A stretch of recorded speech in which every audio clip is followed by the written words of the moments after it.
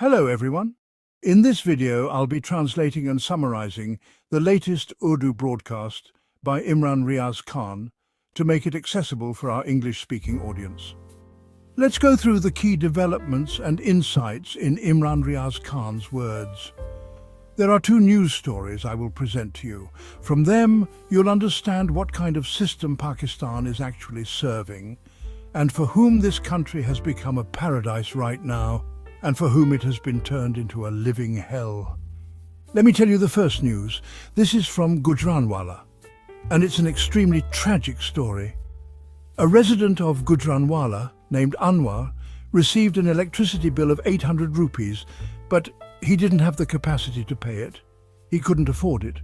He didn't have extra money, and he was using very little electricity, basically just a fan and some basic necessities. If you go and see their home, you'll understand they are very poor people. Anwar received a bill of 3,800 rupees. He couldn't pay it, so the electricity department came, removed the meter, and cut off the power. They told him to live without electricity until he paid the bill and the fine. Due to the intense heat and to manage somehow, especially since there were children and a family in the house, Anwar took a wire from a neighbor to power a fan. After this, a raid occurred. Officials from the electricity department returned and registered a case of electricity theft. The police arrived and arrested Anwar, the father. On the 28th, a case was registered against him with GEPCO, the Gujranwala Electric Power Company, and he was taken away. A fine of 50,000 rupees was imposed. They told the family, "Pay the fine first, and then we'll release your father from the police station." They treated him very harshly. Anwar's son, Faraz, his only son, was also threatened. Faraz was told, "If you give us money, we'll release your father, otherwise he stays locked up." Faraz ran around trying to gather money. He did everything he could to get his father released, but they couldn't pay the bill nor the fine. So Faraz drank acid and committed suicide. This entire matter came to light after his suicide. This, dear viewers, is the reality of Pakistan, the Pakistan of the common man, of the poor. If someone can't pay a 3,800 rupee bill, they will be made a public example. Cases will be filed, meters will be removed, and they will be forced to suffer in the heat. There is no relief, no subsidy, no rights for the common man. Just think how helpless that young man must have been under this system, that he took his own life thinking his father will never be released. This is the height of helplessness. And these are the same people who had promised. Remember the faces with makeup? Bilawal, his sister, Mariam, Hamza and the rest, who used to stand on stage and promise, "We will provide free electricity up to 300 units. Your bill will say, paid by the government." These frauds came into power with these lies, and the same people who voted them in, now they are being treated worse than insects. Such oppression is taking place. Pakistanis will have to rise up against this oppression, if not today, then tomorrow. The poor have been crushed completely. Now let me tell you about the condition of the rich. Just listen to this statement by Hafiz Pasha. And this isn't some random claim. It's based on verified data from international institutions. He said that 3 years ago, Pakistan had government reserves of up to $17 billion. But a large chunk of the money is spent on the elite. 4,500 billion rupees annually are handed out as benefits. And who gets these benefits? Large landowners, military elite, top-ranking army officers, businessmen, tycoons, and senior bureaucrats. All these benefits go to them. An annual amount of 4,500 billion rupees. On one hand, a 3,800 rupee bill. On the other, 4,500 billion rupees in benefits. One man dies and the elite continue to enjoy their luxuries. The system is in their control and they keep exploiting it for their own gain. This elite class is having a great time while the poor are treated like bugs. And yet they say, "We are with the people. Our hearts beat with the people. We live and die for the people." Mian Sahib, that is Nawaz Sharif, walked out of a meeting, they say, when fuel prices increased and electricity was to be made more expensive. But where did he go? He's still sitting there making the same decisions. All of them are together, sucking the blood of the nation. Another piece of news I received is related. The second-hand clothes market, Landa Bazaar, exists in every city of Pakistan. People abroad discard their used clothes, and they are sold here cheaply. Poor people buy them. Now the government has increased the tax on these clothes. They said, the poor should not get anything cheap. The purpose of this tax increase is twofold. The government makes money, and if second-hand clothes become expensive, people are forced to buy new ones, which benefits the industrialists and investors. So the clothes poor people wear are now expensive, and the luxury sports cars that the children of rich people drive, their duties have been reduced by 40%, according to some reports. Just imagine, this is the Pakistani system. Make the poor man's clothes expensive and make the rich man's car cheap. This is the stark example of two Pakistans. Another issue, viewers, is with LNG, or liquefied natural gas. A serious crisis has emerged. Under Nawaz Sharif's government, Pakistan made expensive LNG contracts with Qatar, and now Pakistan is importing extra LNG that it doesn't even need. Factories are closing, mills are shutting down, there's no consumption. And yet Pakistan has already committed to buy this gas. Now what will be done with it? It's sitting there unused. If this issue isn't resolved, the gas-producing companies will suffer a loss of $380 million annually, nearly 100 billion rupees. That's the annual loss Pakistan will face due to this blunder. This news has also been reported by Dunya News. Under Imran Khan, all factories were running at full capacity. Now most have shut down. There's no use for the gas. It's a burden now. Pakistan is being injected with this 100 billion rupee loss annually just because of these incompetent and fraudulent rulers. Since they came to power, nothing good has happened in Pakistan. And their personal priorities. Just look at this. Journalist Anwar Hussain reported that in Punjab, 2,705 government institutions have been named after Maryam Nawaz or Nawaz Sharif. Just imagine, they haven't even ruled that long. This is the height of narcissism and shamelessness. Public money is being used, projects are being funded from the national treasury, billions are spent, and they're naming everything after themselves. They didn't even invest a single rupee of their own. It's public money. They take commissions off the top and still stick their names and photos on every project. According to journalist Anwar Hussain, these projects are designed only for image building and to promote their political narrative. And all of this is happening while in Karachi, the business community is pleading with the government to just let them survive. They're calling on the Field Marshal, since all power lies with him, appealing to General Asim Munir, who met with them twice and told them to bring money back to Pakistan. The businessmen are now saying, "We are willing to cooperate, but if your policies continue, we will be ruined. Either take the money now or we'll shut down our factories and leave the country." Even the investors are now threatening the government. When it comes to taxing the poor, taxing used clothes, oil, flour, sugar, no one says a word. But as soon as the elite are touched, the whole country erupts. One last bit of news, viewers, this one related to Imran Khan.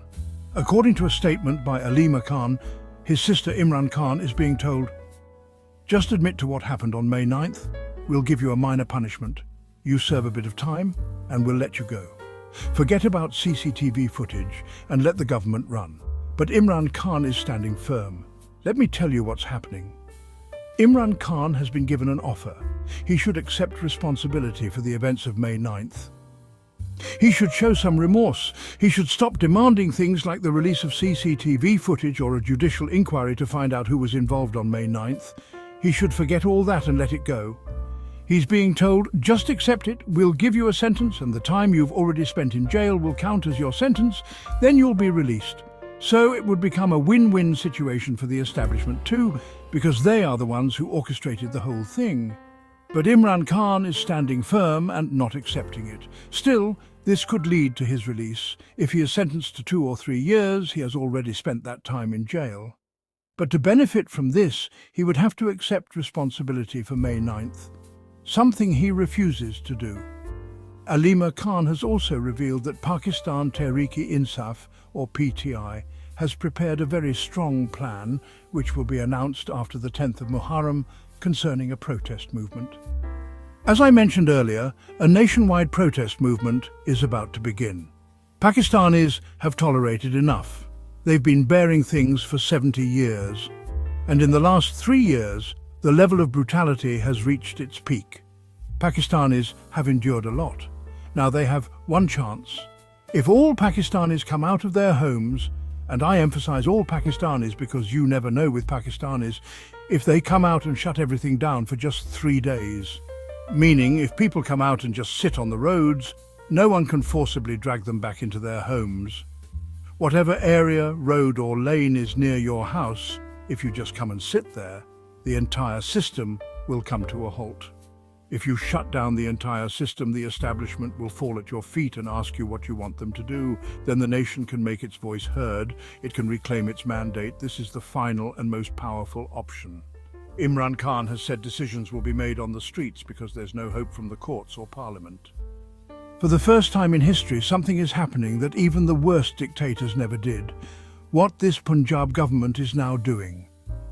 The Speaker of the Punjab Assembly, Malik Ahmed Khan, meets the Chief Election Commissioner and tells the media afterwards, "These 26 people whom I have suspended from the Assembly, we are now going to formally disqualify them. They won't remain MPAs. We're filing references against them with the Election Commission of Pakistan." Protests during budget sessions are a tradition. All political parties do it.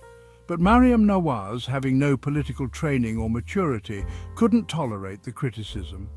She took it personally, that slogans were raised against her in her presence. Now she's demanding the cancellation of the memberships of these 26 members and wants new elections in their constituencies. This has never happened before, not even during dictatorships, such petty behavior. Imran Khan has said the same thing to his sister, as he once said publicly, like Trump. "If you want to talk to the Field Marshal. Shahbaz Sharif has no authority. All powers lie with the Field Marshal. Go and talk to him. I'm ready to talk for the sake of the country. I don't want a deal." From day one, Imran Khan has maintained he doesn't want any deal. He has said, "If you want to keep me in jail, do it. I prefer prison over slavery. It is better for me to be imprisoned than to serve under your tyranny." This is Imran Khan's vision. He openly says this. But why does he want dialogue? Because the country is in ruins. One after another, projects are shutting down. Listen to Hafiz Sheikh's statements. You'll be shocked. They have destroyed Pakistan in just the last 3 years. Ruined the treasury, destroyed industry, halted production, scared away investment, and tourism is gone. People's trust has vanished. A brain drain is happening. People are fleeing Pakistan. Inflation is skyrocketing. The dollar rate is out of control. Petrol prices are out of control. Everything is collapsing. It'll take years to fix this. Even if you bring in a brilliant, sincere mind who works with full public support, I still think it'll take 10 years to recover from what this gang of crooks has done. They've thrown the country into a pit, and it'll take a long time to climb out. My words might sound harsh, viewers. I apologize for that. I've seen tough times, so sometimes I speak harshly. Please forgive me for that. But a person becomes like the situations they endure. Imran Khan says, talk to the Field Marshal, not Shahbaz Sharif, because Shahbaz has no authority. I already told you things in Pakistan are shutting down one by one. Now look, Microsoft is leaving Pakistan. A huge company. We all know Microsoft. It is shutting down operations in Pakistan after 25 years. It came during Musharraf's time, and now it's pulling out.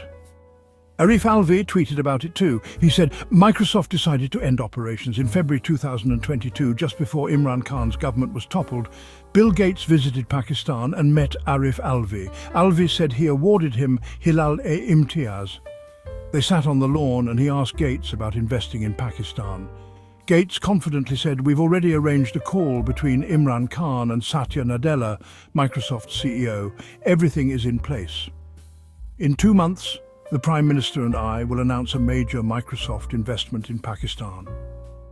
But then everything went downhill. After the regime change, that promise was gone. By October 2022, Microsoft had chosen Vietnam instead and left Pakistan. That opportunity was lost.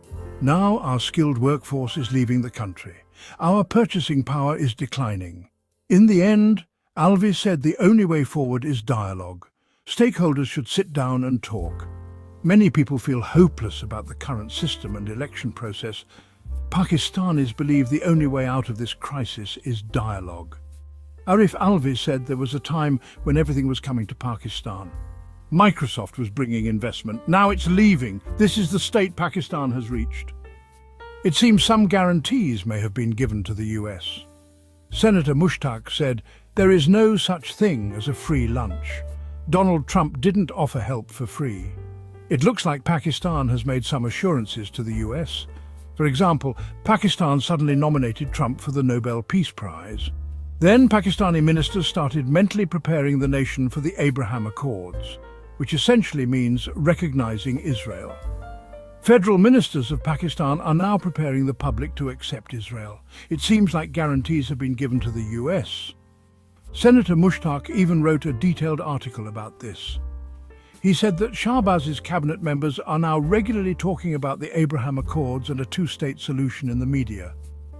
Khawaja Asif and Rana Sanaullah have become Israel's lawyers under the cover of Arab countries like Saudi Arabia and Turkey. He says these people have only heard the name of the Abraham Accords. They probably haven't even read about it. Someone should tell these fools that Turkey doesn't need the Abraham Accords. Turkey recognized Israel decades ago. Yet they still try to tie Pakistan's Palestine policy to Turkey and Saudi Arabia.